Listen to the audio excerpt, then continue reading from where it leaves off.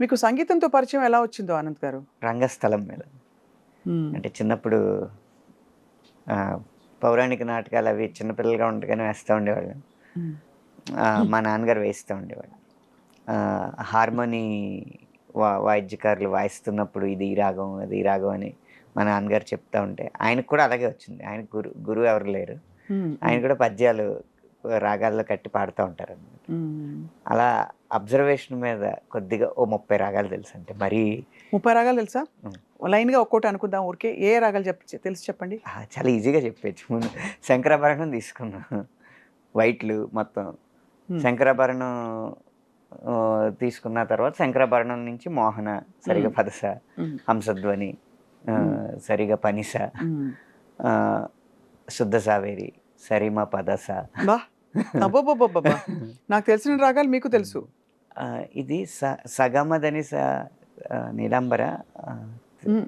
శంకరాభరణంలో సగమదనిసా మీరు హిందోళం. హిందోళం పాడుతున్నారు. హిందోళం చిన్నగా. శంకరాభరణమే చూస్తున్నాం మనం ఇప్పుడు. మొత్తం హ్మ్. వైట్. స సగ కాదు. సగప ధనిస హ్మ్. ఒకటుంది. వలజి సగపదనిసా చిన్నది. సానిద పగ సా వలజ, హ్మ్. కళావతి. ఆహ్, అలా ఇందులో గా మారితే మోహన్‌లో గా మారితే శివరంజని. సరిగ పద సా సద పగరి సా శంకరాభరణంలోనే మా మారితే కళ్యాణి. అబ్బో! మీరసలు మొత్తం విద్వాంసులు అవ్వడానికి అన్ని లక్షణాలున్నాయి మీరు. లేవండి. ఈ 30 తెలిస్తే విద్వాంసులు ఎలా అవుతారు? ఉన్నాయి 72 మేళకర్తలు. మళ్ళీ దానిలోంచి పర్మిటేషన్స్, కాంబినేషన్స్ అవును. చూసుకుంటే. వందల వేల రకాలైతే మంచి పరిజ్ఞానం ఉన్నట్టే అనంత్ గారు. సో, పాటతో మీ ప్రయాణం అలా మొదలైందనమాట అయితే రంగస్థలం నుంచి. రంగస్థలం నుంచే మొదలైంది. అంటే హ్మ్.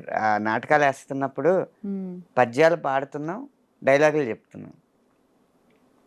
ఈ రెండిట్లో పద్యం బాగున్నా చప్పట్లు కొడతారు. లేకపోతే ఏదైనా డైలాగ్ బాగున్నా చప్పట్లు కొడతారు. కానీ ఆ ఆర్టిస్ట్ కాదు కదా చెప్పేది. ఆ డైలాగ్ ఇచ్చింది ఆ రచయిత, ఆ పద్యం ఇచ్చింది ఆ రచయిత కదా! అని నటన కన్నా రచన మీద ఎక్కువ మక్కువొచ్చింది. హ్మ్. ఆ రచనలో చూస్తే డైలాగ్ ఏమో దాంట్లో అంత కవితాత్మకత ఉండదు. పద్యంలో ఉంటది గానీ, ఎక్కువ మందికి అర్థం అవ్వదు. ఈ హ్మ్. రెండిటికి మధ్య ఏంటి ప్రక్రియ మాటకి, పద్యానికి మధ్య ప్రక్రియ పాట అని అనిపించి, దాని మీదకి మొగ్గు చూపాననమాట.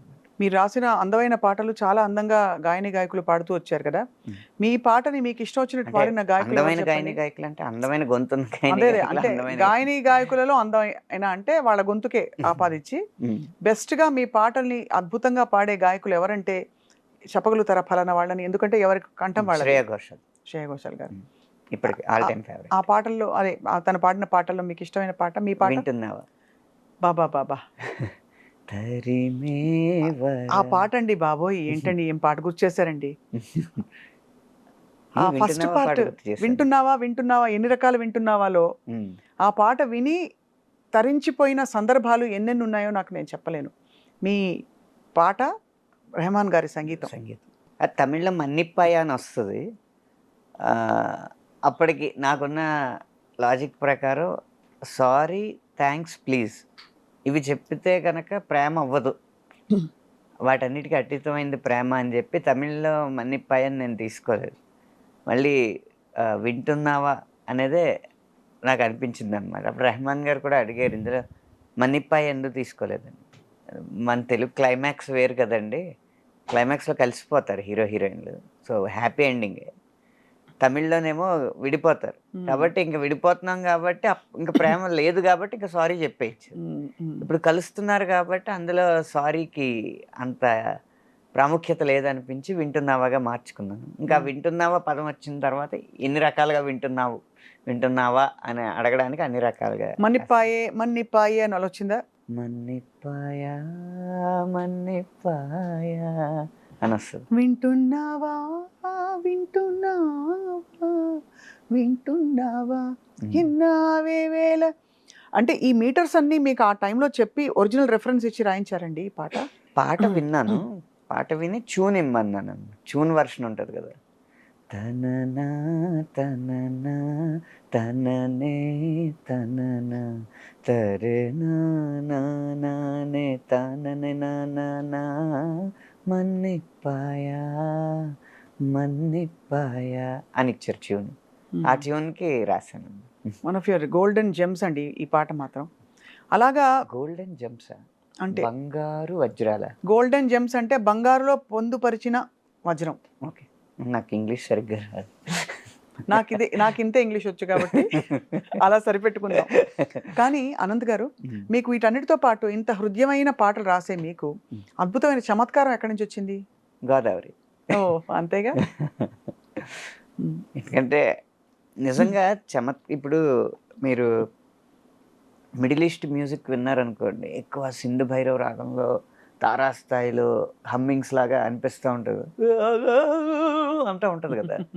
ఎందుకంటే మిడిల్ ఈస్ట్లో పంటలు అనేవి మృగ్యం, నీరు ఎప్పుడో కానీ దొరకదు, ఏదో ఆ ఖర్జూరం ఈత తింటా ఆ టైంలో అలా బతికేవారు కదా. వాళ్ళకి సరైన ఆహారం దొరకడమే కష్టం. దొరికిన ఏదో ఆ ఒంటెలను చంపుకుని ఆ మాంసాహారం తింటా రుచికరమైన ఆహారం అనేది వాళ్ళకి చాలా అరుదు. ఆకలి బాధలు ఎక్కువ ఉంటాయి. ఆ సంగీతం కూడా అక్కడ అలాగే ఉంటుంది. గోదావరి ఉంది ముఖ్యంగా మా కడుపు నిండిన బేరం మాదైతే. డబ్బు ఉండదేమో కానీ అన్నానికి లోటు ఉండదు. ఇప్పుడు కడుపు ఖాళీగా ఉందనుకోండి, దాని ఒక్కదాని మీదే దృష్టి ఉంటుంది.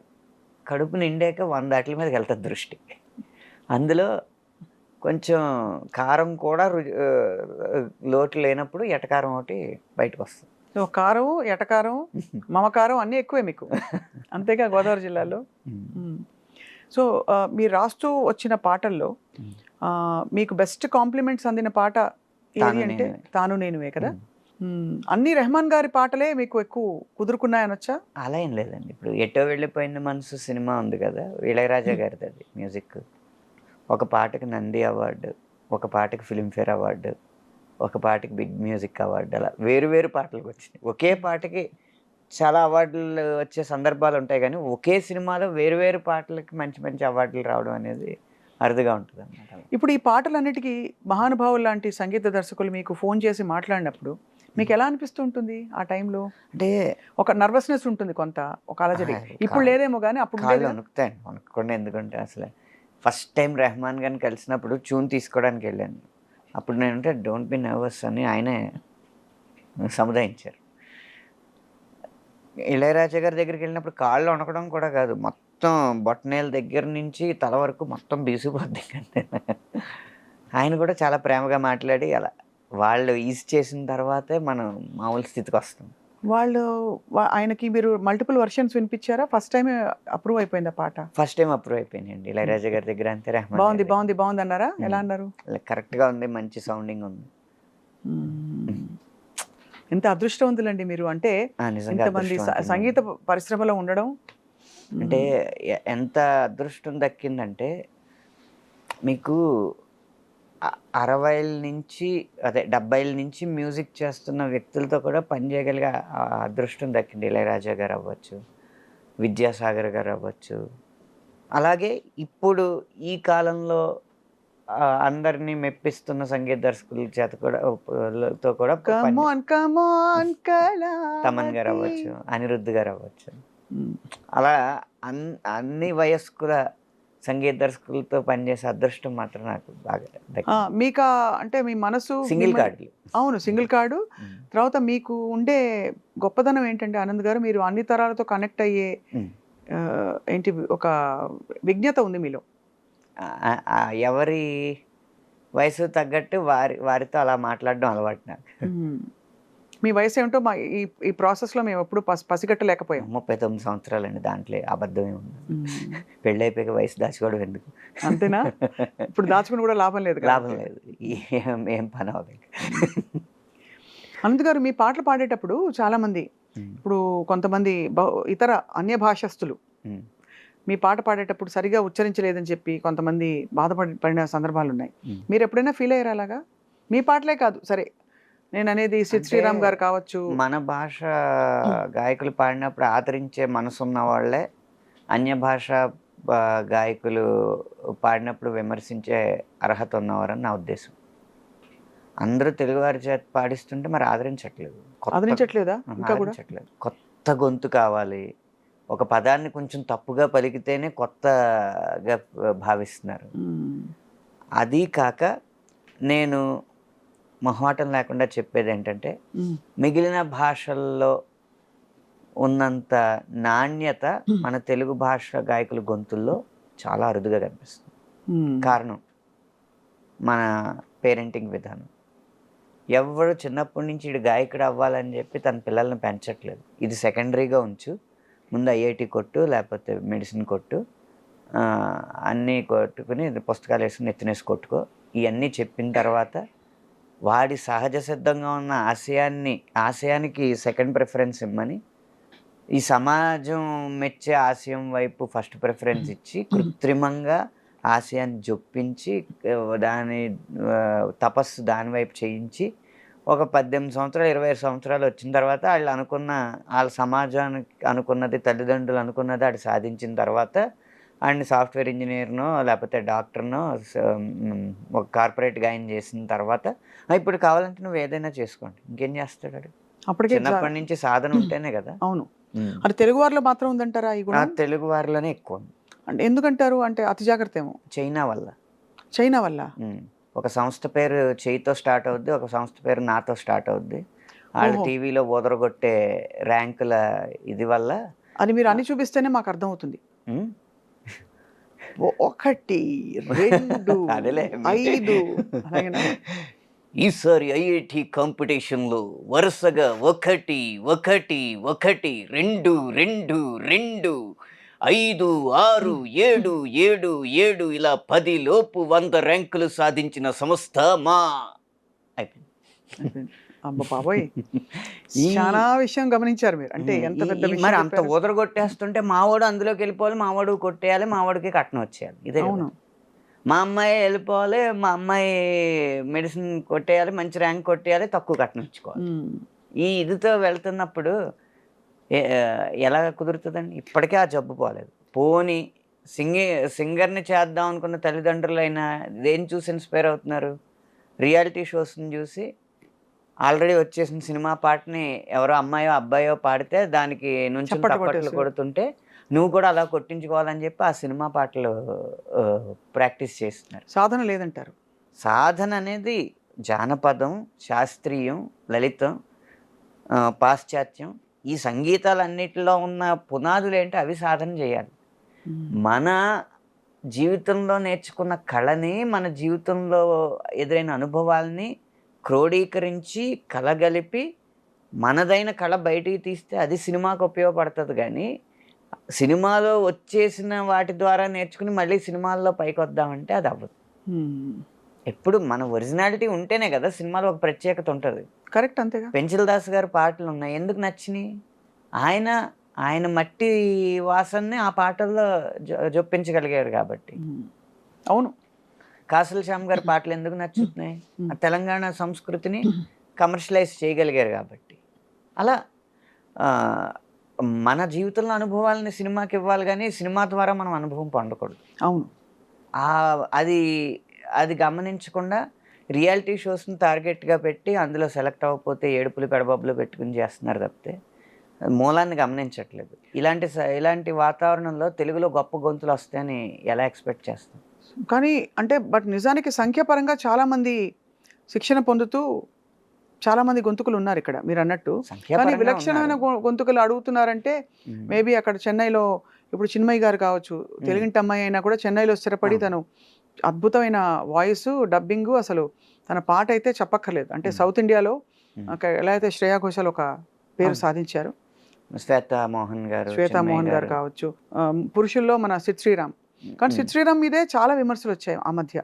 తన ఆంగ్ల భాష, అరవ భాష యాసతోటి కొంచెం తెలుగు పదాలని. నా ఈ 100 మిలియన్లు అదే 200 మిలియన్లు దాటిన పాటలు ఒక 3 ఉన్నాయండి ఫ్లాగ్షిప్ మిలియన్స్ లెక్కలో చూస్తే. ఒకటి ఇంకేం కావాలి, 2 కళావతి, 3 ఇప్పుడు 2 ప్రేమ మేఘాలు. ఆ 3 2 సిద్ శ్రీరామయ్యే. ఇప్పుడు విపణిలో ఏది ఎక్కువ అంకెలు చూపిస్తుందో అదే విజయం. ఇప్పుడు విమర్శించినంత మాత్రాన అంకెలు తగ్గట్లేదు కదా. తగ్గవు, కరెక్ట్. మనం విమర్శ అనేది మన విమర్శ మానిటైజ్ అయ్యేలా ఉండాలి. ఉత్తినే వచ్చి సలహాలు ఇస్తే కుదరదు. అంతేగా. విలువలు తగ్గిపోతున్నాయండి, పాత సినిమాల్లో విలువలు ఉండేవి, సరే ఆ విలువలు పాటించినప్పుడు విపణిలో దాన్ని గెలిపించడం ఎలాగో కూడా సలహా ఇవ్వాలి. అంటే ప్రణాళికాబద్ధంగా ఉండాలి తప్ప దానికి రాళ్ళు ఇసిరేస్తే కుదరదండి విమర్శలు.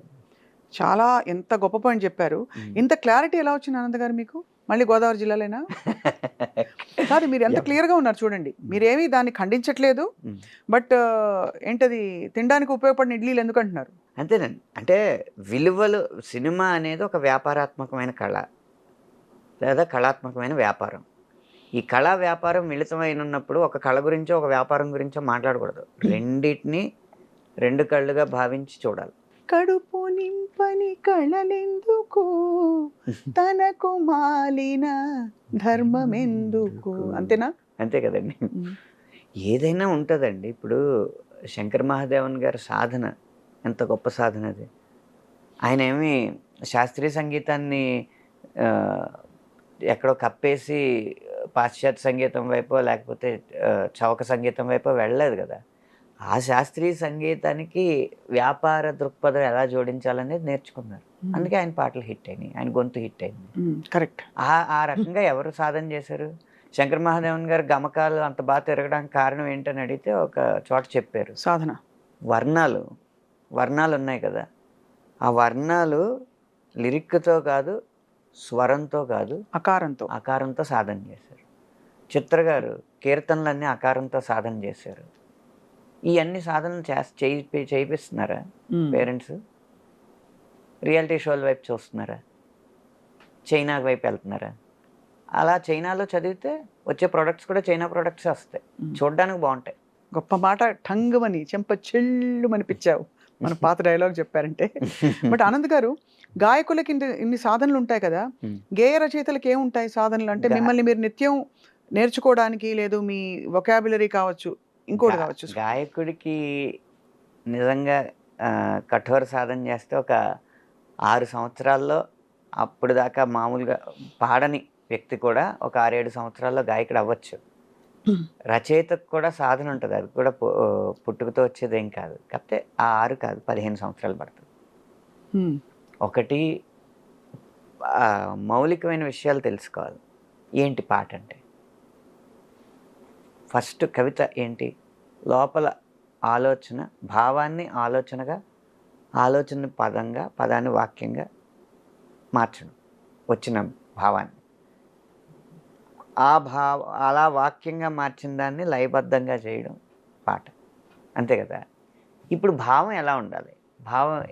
భావం మనకి ఎగ్జాంపుల్ చెప్తారు కదా, కాళిదాసు కాలంలో భోజరాజు మంచి శ్లోకం చెప్తే మంచి కానుకలు ఇస్తారంట అని చెప్పి ఒక పేద బ్రాహ్మణుడు ఎవరో, పండితుడు, గొప్ప పండితుడే, బ్రాహ్మణుడు ఎవరో వెళ్ళి ఒక సత్రం దగ్గర ఒక లైన్ రాసుకుంటాడంట. దాని అర్థం ఏంటంటే, భోజనం దేహి రాజేంద్ర అని మొదలవుద్ది. భోజనం ఇవ్వు రాజా, అది నేతితో రుచికరంగా ఉండేలాంటి భోజనం కావాలి అంటాడు. ఇది మాటే. ఆ తర్వాత లైన్ ఏం రాయాలో రాదు. అటు ఎక్కడో కాళిదాసు, ఒక గుడిలో కాళిదాసు కనిపిస్తే ఆయన దగ్గరికి వెళ్ళి ఇలాగా, రాజు ఏదైనా శ్లోకం ఇస్తే కానుకిస్తాడంట, కొంచెం పేద స్థితిలో ఉన్నాను నేను, ఒక లైన్ వచ్చింది, తర్వాత ఏం రాయాలో చెప్పండి అంటే ఆయన చూసి, భోజనం దేహి రాజేంద్ర, నేతితో కూడిన భోజనం కావాలి అని చెప్పి మొదటి పాదం పూర్తయిన తర్వాత రెండవ పాదం ఆయన పూరించిస్తాడు. ఏంటంటే అదే శరత్చంద్ర చంద్రికా ధవళ దది మాహిషంతు శరత్చంద్ర చంద్రికా ధవళ దది.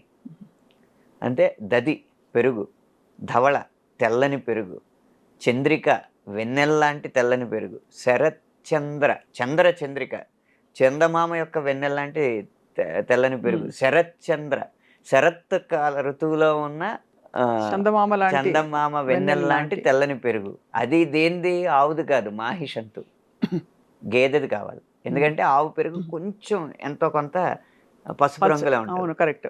కాబట్టి అలాంటి పెరుగుతో ముగించాలి భోజనం అని చెప్పి కింద ముగిస్తాడనమాట.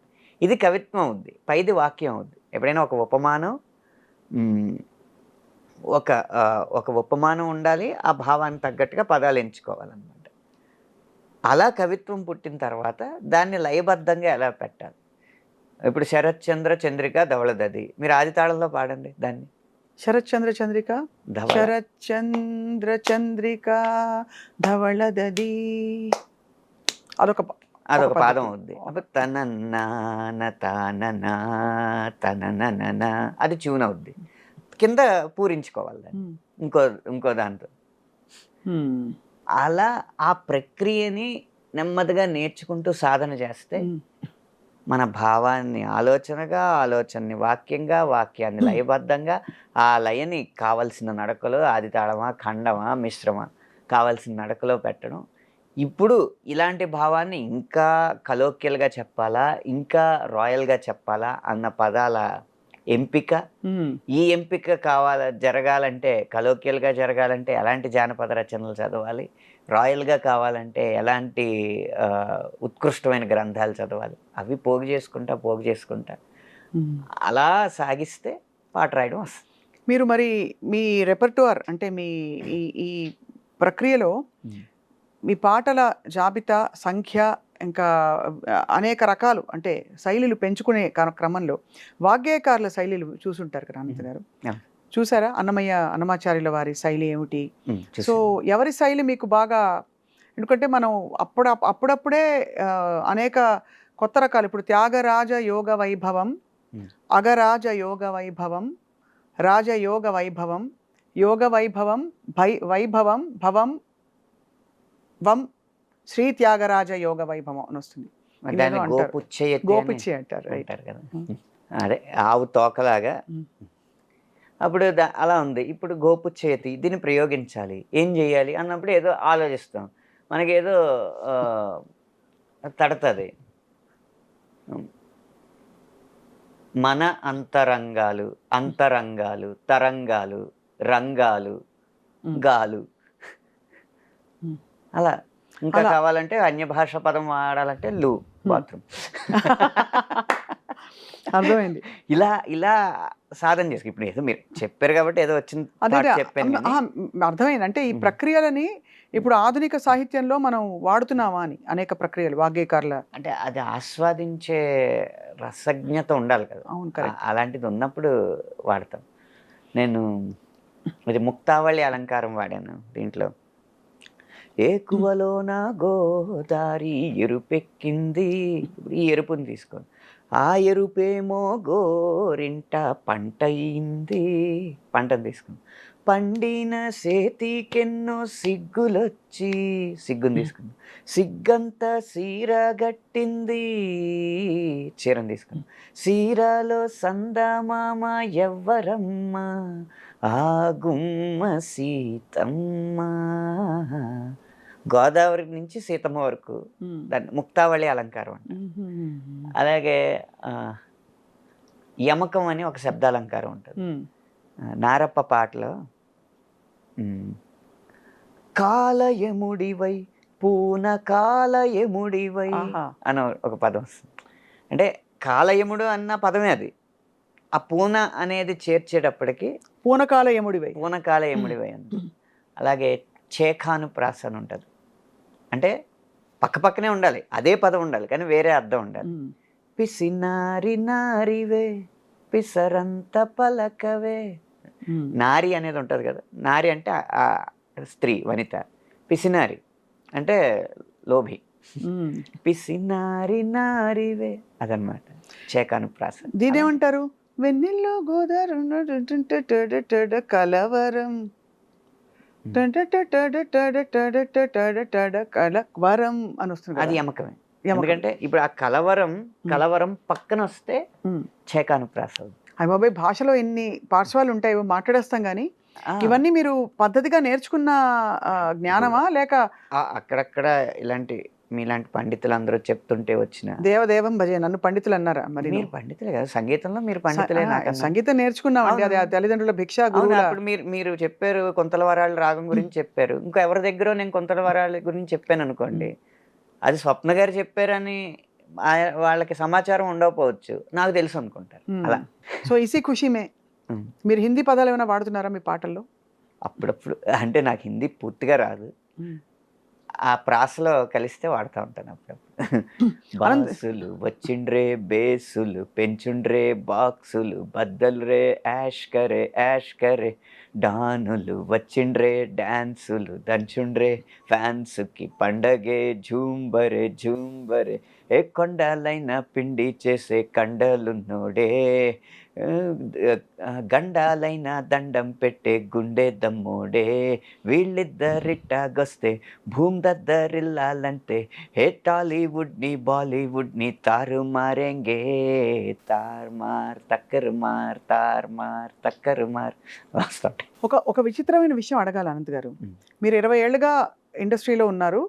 అంతకుముందు 70వ 19 దశకం నుంచి అదే 19 ఏళ్ళు దగ్గర దగ్గర 70వ దశకం నుంచి పనిచేస్తున్న పెద్ద పెద్ద మహానుభావులతో మీరు ఇప్పుడు పనిచేస్తారు కలిసి. మనకి వేటూరి వారు, సీతారామ శాస్త్రి గారు, ఇంకా చాలామంది మహానుభావులు గేయ రచయితలు కవుల గురించి చెప్పినప్పుడు ఈ తరం కవులు కానీ గాయకులు కానీ అప్పుడు తీసుకున్న మహానుభావుల జీతభత్యాల కంటే రెమ్యూనరేషన్స్ కంటే ఇప్పుడు 10 అమాంతం పెరిగిపోయింది. అంటే ఇప్పుడు మనం వినడం ఈ తరం గాయని గాయకులు తీసుకుంటున్న రెమ్యూనరేషన్ ఒక పాట పాడడానికి అంతటి బాలు గారు కూడా ఆయన హైయెస్ట్ పొజిషన్లో ఉన్నప్పుడు కూడా తీసుకోలేదని. ఇంత వ్యత్యాసం రావడానికి ఏమిటి కారణం? ఇప్పుడు ఇంకా పెరిగారు కదా, ఇన్ఫ్యాక్ట్ సంఖ్యాపరంగా పెరిగినప్పుడు డిమాండ్ సప్లై కదా కారణం. మీరు ఇన్ని విశ్లేషణలు చేస్తూ ఉంటారు వార్తా ఛానల్స్లో. ఇన్ఫ్లేషన్. అప్పుడు బంగారం ఎంత 1990లో 3,000 కాసు, ఇప్పుడు ఎంత 60,000. అది అంటే కానీ ఇది గమనించారు కదా, పాటకి 5 లక్షలు 6 లక్షలు 12 లక్షలు తీసుకుంటున్న గాయని గాయకులు ఉన్నారు. అవును సార్. ఏనాడు మనం వినలేదు. మనం 15 లక్షలు 40 లక్షలు తీసుకున్నాడు ఒక గాయకుడు. ఎవరు సార్ చెప్పకూడదు అని ఏముంది, అది తెలిసి అంటే తీసుకుంటే అది ఏ రూపంలో తీసుకున్నారో మనకు తెలియదు.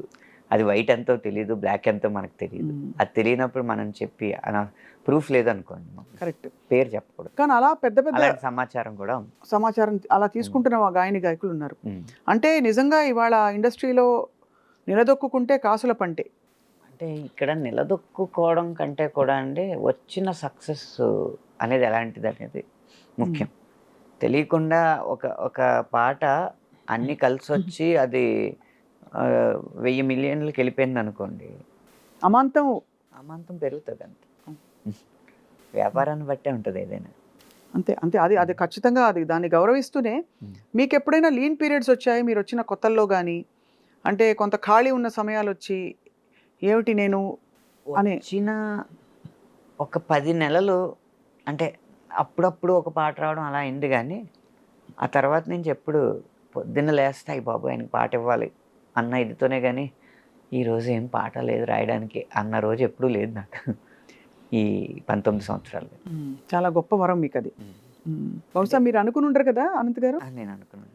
అంటే ఇంతటి నేను ఇంజనీరింగ్ మానేసి ఇండస్ట్రీలోకి వస్తున్నప్పుడు మా ఊర్లో శ్రేయోభిలాషులే, కానీ భయం ఉంటుంది కదా. వాళ్ళు చెప్పింది ఏంటంటే ఎంత చేసినా మళ్ళీ 4-5 సంవత్సరాల కంటే ఎక్కువ ఉండదు కదా కెరీరు, ఎందుకు ఇంజనీరింగ్ వదులుకుని ఇటు రావడం అని. అంటే అంతకన్నా ఎక్కువ ఉండే చూపెడతాను అన్నాను. ఆ 4 8 అయింది, 8 16 అయింది, 16 ఇప్పుడు 19 అయింది. చాలా గొప్ప విషయం, చాలా గొప్ప. అది ఖచ్చితంగా మీ ఏంటి ప్రారంభం అంటే మీ పూర్వజన్మ పుణ్యం అని. పూర్వజన పుణ్యంతో పాటు మీ ప్రతిభ అండి.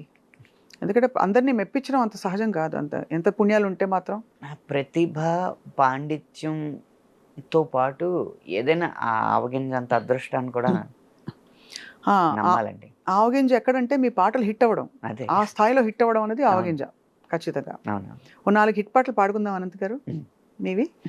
కాలంలో వెనక్కి వెళ్దాము ముందుకు వెళ్దాం మీ ఇష్టం. నాకు అప్పటి నుంచి ఇప్పటివరకు అన్ని పాటలు ఇష్టం కాబట్టి మీకు ఎలా అంటే అలా మీ హిట్ పాటలు కొన్ని ఊరికే ఒక 2 లైన్లు అలా పల్లవులు అనుకుంటే అదొక తృప్తి. మొదటి నుంచి చూద్దాం. అయితే ఫస్ట్ హిట్ అన్న రుచి నేను చూసింది ఫస్ట్ బొమ్మరిల్లు అప్పుడో ఇప్పుడు. తీపి కన్నా ఇంకా తీయనైనా తేనే ఏమిటంటే వెంటనే నీ పేరని అంటానే, హాయి కన్నా ఎంతో హాయిదైనా చోటే ఏమిటంటే నువ్వు వెళ్ళే దారని అంటానే, నీలాల ఆకాశం నా నీలం ఏదంటే నీ వాలు కళ్ళల్లో ఉందని అంటానే, అప్పుడో ఇప్పుడో ఎప్పుడో కలగన్నానే చెలి, అక్కడో ఇక్కడో ఎక్కడో మనసిచ్చానే మరి. ఆ తర్వాత వెంటనే కొత్త బంగారు లోకం వచ్చింది హిట్. నిజంగా నేనేనా ఇలా నీ జతలో ఉన్నా, ఇదంతా ప్రేమేనా ఎన్నో వింతలు చూస్తున్నా, ఎదలో ఎవరో చేరి అన్నీ చేస్తున్నారా, వెనకే వెనకే ఉంటూ నీపై నన్నే తోస్తున్నారా, హరే హరే హరే హరే హరే రామ, మరి ఇలా ఎలా వచ్చేసింది ధీమా, ఎంతో హుషారుగా ఉన్నదెలోన ఏమ్మా. ఏమ్మా అది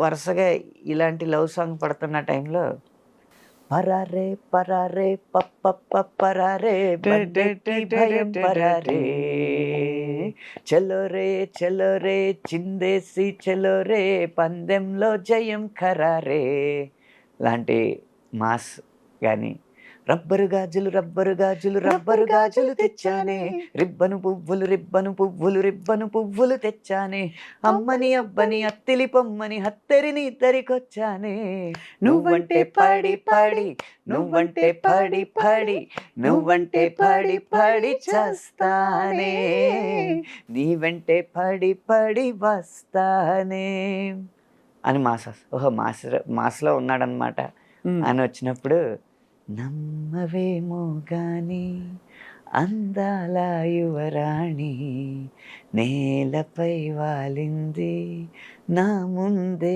మెరిసింది, అందుకే అమాంతం నామది అక్కడే నిశ్శబ్దం అయినది, ఎందుకో ప్రపంచం అన్నది ఇక్కడే ఇలాగే నాతో ఉంది, నిజంగా కళ్ళతో ఎంతగా మంత్రమేసింది, అదేదో మాయలో నన్నిలా ముంచి వేసింది. ఇప్పుడు అన్నీ మిక్స్ అయిపోయి ఇంగ్లీష్లు ఆకాశం బద్దలైన సౌండ్ గుండెల్లోన మోగుతుంది నిన్ను కలిసాక, ఇలాంటిది ఇంకా అన్ని రకాలన్నమాట. చిన్నదో వైపు పెద్దదో వైపు చిందేసి చెంగుమంటే పెరగదా ఊపు, సోకులో వైపు సొంపులో వైపు చల్లేసి చంపుతుంటే కలగదా కైపు లాంటివి. ఇలా కమర్షియల్ మీటరే, అటు క్లాస్ అయినా మాస్ అయినా కమర్షియల్ మీటర్లో జరుగుతున్న సందర్భంలో అనుకోకుండా వచ్చిన సినిమా ఏమాయ చేసేది.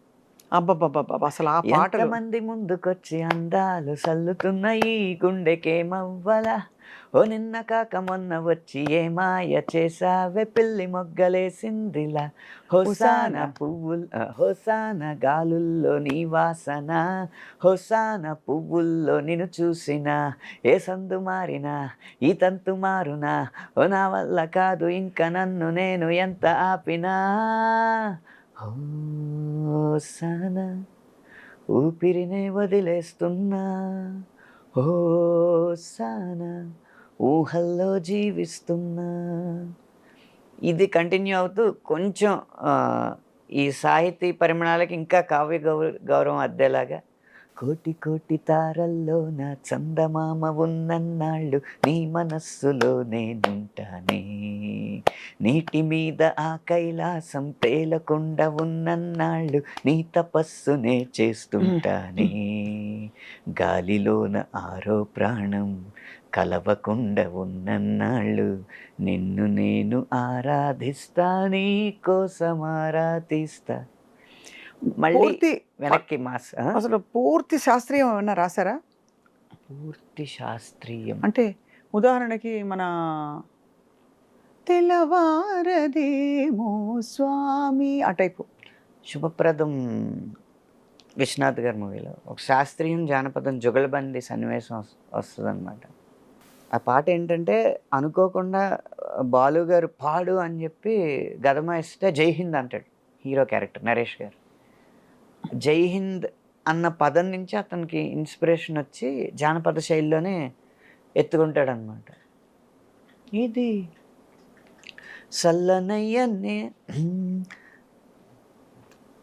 ఏలేలో ఏలేలేలో ఏలో ఏలో యాలా ఏలేలో ఏలేలో ఏలో ఏలో యాలా ఏలేలేలో ఏలేలేలో యాలా ఏలేలో ఏలో యాలా. ఇది సల్లనయ్య రామయ్య ఏలిన నేల, ఇది నల్లనయ్య గీత వింటూ ఎదిగిన నేల. చల్లనయ్య నల్లనయ్య ఆహా ఏలేలో ఏలేలేలో యాల ఏలేలేలో ఏలో యాల. ఆవునైన అమ్మాని కొలిసే నేల, జీవుల్లో దేవుడినే చూసే నేల, జీవుల్లో దేవుడినే చూసే నేల. అందుకని అప్పుడు ఆయన శాస్త్రీయంగా దానికి జుగల్బందీ చేస్తారు.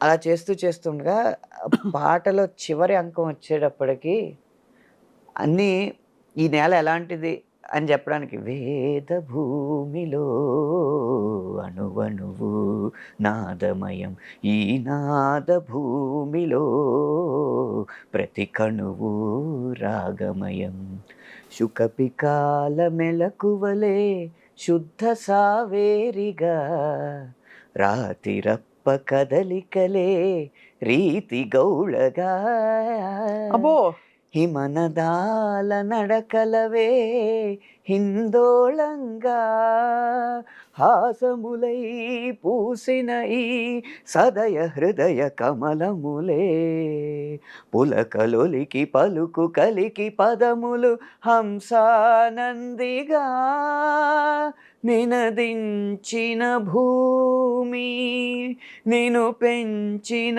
భూమి. ఎంత అద్భుతంగా ఉంది ఆనంద్ గారు ఈ పాట. మణిశర్మ గారు నేను మామూలుగా అసలు రాగాలు కూడా భలే పెట్టారు అక్కడ. రాగాల పేర్లు రాస్తే అరా నువ్వు రాగాల పేర్లు రాసేసి నీకు రాగాల పేర్లు తెలుసని డంకా బజాయించేద్దాం అనుకుంటున్నావు, నేను అయ్యే రాగాల్లో చేస్తాను. చిన్న ఒక లైన్ ఉంటుంది, అంటే సుఖపికాల మెలకువలే శుద్ధ సావేరిగా అంటే ఆ లైన్ శుద్ధ సావేరిలో సరిమ